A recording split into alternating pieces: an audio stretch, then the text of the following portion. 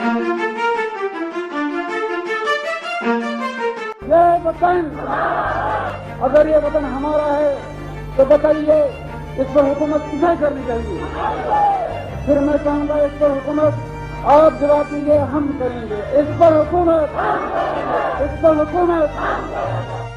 کشمیر کا وہ مرد مجاہد جس نے جدوجہد آزادی کشمیر پر اپنی جان قربان کر دی، وہ لیڈر جس نے مسئلہ کشمیر کو ایک الگ پہچان دی۔ میں ہوں مسرور اوان اور آج ہم بات کریں گے فخر کشمیر مرد مجاہد شہید مقبول بٹ کے بارے میں۔ محمد مقبول بٹ مقبوضہ کشمیر کے علاقے کپواڑہ کی تحصیل ہنڈوارہ میں 11 فروری 1938 کو پیدا ہوئے۔ ان کے والد کا نام غلام قادر بٹ تھا جو کہ محنت پیشہ آدمی تھے۔ مقبول بٹ نے ابتدائی تعلیم گاؤں کے پرائمری اسکول سے حاصل کی، BA saint Joseph college Baramulla سے کیا۔ اسکول اور کالج کے زمانے میں مقبول بٹ تحریکی اور سماجی سرگرمیوں میں بڑھ چڑھ کر حصہ لیتے تھے۔ اس نوجوان کی انہی سرگرمیوں کو دیکھ کر کالج کی عیسائی پرنسپل نے پیشن گوئی کی تھی کہ یہ نوجوان کوئی بڑا کارنامہ سر انجام دے گا۔ مقبول بٹ نے جب BA کا امتحان دیا تو اس وقت وادی کشمیر شیخ عبداللہ کی گرفتاری کے سبب شدید ہنگاموں کی لپیٹ میں تھی۔ چنانچہ BA کا امتحان پاس کرنے کے بعد وہ 1958 کو اپنے چچا عبدالعزیز کے ساتھ جنگ بندی لائن عبور کر کے آزاد کشمیر میں داخل ہو گئے۔ پاکستان کے سرحدی محافظوں نے انہیں پوچھ گچھ کے لیے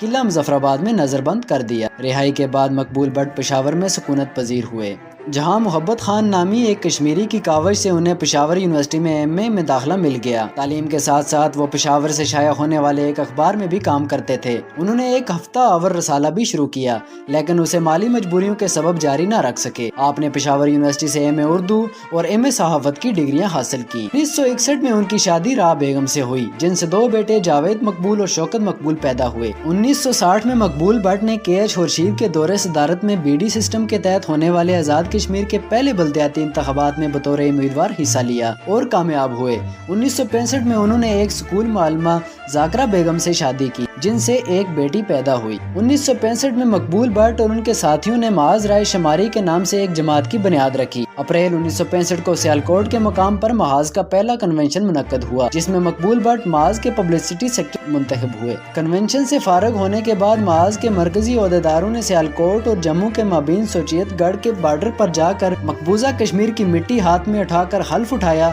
کہ وہ اس وطن کی عزت و آزادی کے لیے جان کی قربانی دینے سے بھی دریغ نہیں کریں گے۔ مقبول بٹ اور ان کے ایک دوست امان اللہ خان نے 13 اگست 1965 کو محاذ کے ایک خفیہ عسکری ونگ NLF کی بنیاد رکھی جس کے قیام کا مقصد یہ تھا کہ کشمیری نوجوانوں کو تربیت دے کر بھارت کے قابض افواج کے خلاف لڑنے کے لیے تیار کیا جائے۔ مقبول بٹ نے NLF کے پلیٹ فارم سے کشمیر کی آزادی کے لیے مسلح جدوجہد کے نظریے اور راستے کا تعین کیا۔ کا کہنا تھا کہ جب تک کشمیری ہتھیار اٹھا کر قابض افواج کے خلاف نہیں لڑیں گے اس وقت تک کشمیر کی آزادی خواب شرمندہ تعبیر نہیں ہو سکتا۔ چنانچہ بھارت کے خلاف گوریلا جنگ کا آغاز کرنے کے لیے وہ جون 1966 کو اپنے چند ساتھیوں میجر امان اللہ خان، صوبیدار کالا خان اور اورنگزیب شہید جن کا تعلق گلگت سے تھا کہ ہمراہ جنگ بندی لائن عبور کر کے وادی کشمیر میں داخل ہوئے۔ 3 ماہ تک وہ خفیہ طور پر تنظیم سازی کرتے رہے اور نوجوانوں کو وطن کی آزادی کے لیے عملی طور پر میدان میں اترنے کی دعوت دی۔ بالآخر اس معرکے میں وہ اپنے ساتھیوں سمیت گرفتار ہو گئے۔ انہیں سینٹرل جیل سری نگر میں قید کر دیا گیا۔ ان کا ایک ساتھی اورنگزیب اس معرکے میں شہید ہو گیا۔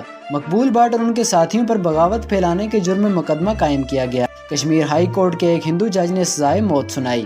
مقبول بٹ نے سزائے موت سنانے والے جج کو عدالت میں مخاطب کرتے ہوئے کہا، جج صاحب وہ رسی ابھی تک تیار نہیں ہوئی جو مقبول بٹ کے لیے پھانسی کا پھندا بن سکے۔ مقبول بٹ شہید سری نگر سینٹرل جیل میں سزائے موت کا فیصلہ سننے سے پہلے ہی جیل سے فرار ہونے کے منصوبے پر غور و فکر کر رہے تھے، لیکن سزائے موت سننے کے بعد انہوں نے فرار کے منصوبے کو حتمی شکل دینے کا فیصلہ کر لیا۔ چنانچہ انہوں نے 9 دسمبر 1968 میں اپنے 2 ساتھیوں میر احمد اور چودھری یاسین کے ہمراہ سری نگر جیل میں سرنگ لگا کر راہ فرار اختیار کی اور کئی روز تک برف پوش پہاڑوں کو عبور کرنے کے بعد قاضی ناگ چھم کے راستے آزاد کشمیر پاکستان میں داخل ہو گئے۔ جب فرار ہو کر آزاد کشمیر پہنچے جہاں پاکستان کی خفیہ ایجنسیوں نے انہیں گرفتار کر لیا اور بھارت ایجنٹ ہونے کا الزام لگا کر مظفرآباد کے قلعے میں قید کر دیا۔ اس قلعے میں مقبول بٹ اور ان کے ساتھیوں کو بہت اذیتیں دی گئیں لیکن رائے آزادی کے ان متوالوں کے حوصلے پست رہے۔ کچھ عرصہ تشدد سے گزرنے کے بعد انہیں رہائی ملی تو پھر تحریک آزادی کے لیے سرگرم عمل ہوئے۔ 1959 میں مقبول بٹ کو محاذ رائے شماری کا مرکزی صدر منتخب کیا گیا۔ 31 جنوری 1971 کو 2 کشمیری نوجوانوں اشرف قریشی اور باشم قریشی نے گنگا تیارا اغوا کیا اور لاہور لے آئے۔ گنگا کے اغوا سے مقبول بٹ اور ان کے سینکڑوں ساتھیوں کو پاکستان کی مختلف جیلوں اور عقوبت خانوں میں جبر و تشدد کا نشانہ بنایا گیا۔ مئی 1973 میں گنگا کے مقدمے سے رہائی کے بعد مقبول بٹ پھر تحریک آزادی کے لیے سرگرم عمل ہو گئے۔ انہوں نے 1975 میں آزاد کشمیر قانون ساز اسمبلی کے لیے ایبٹ آباد اور مری کے حلقوں سے 2 نشستوں پر الیکشن لڑا لیکن کامیابی حاصل نہ کر سکے۔ البتہ الیکشن میں انہوں نے اپنے وطن کی آزادی کا پیغام گھر گھر تک پہنچائے۔ 1976 میں مقبول بٹ اپنے 2 نوجوان ساتھیوں ریاض بٹ اور حمید ڈار کے ہمراہ ایک بار پھر جنگ بندی لائن توڑتے ہوئے وادی کشمیر میں داخل ہوئے، جہاں ایک مارکے میں انہیں گرفتار کر لیا گیا۔ گرفتاری کے کچھ عرصے بعد انہیں تہاڑ جیل دلی میں منتقل کر دیا گیا، جہاں بھارتی سپریم کورٹ نے ان کی سابقہ سزائے موت بحال کر دی۔ 6 فروری 1984 کو لندن میں بھارتی سفارت خانے کے ایک اہلکار رویندرا ماترے کو کشمیر لبریشن فرنٹ نامی آرمی کی ایک خفیہ تنظیم نے اغوا کر لیا۔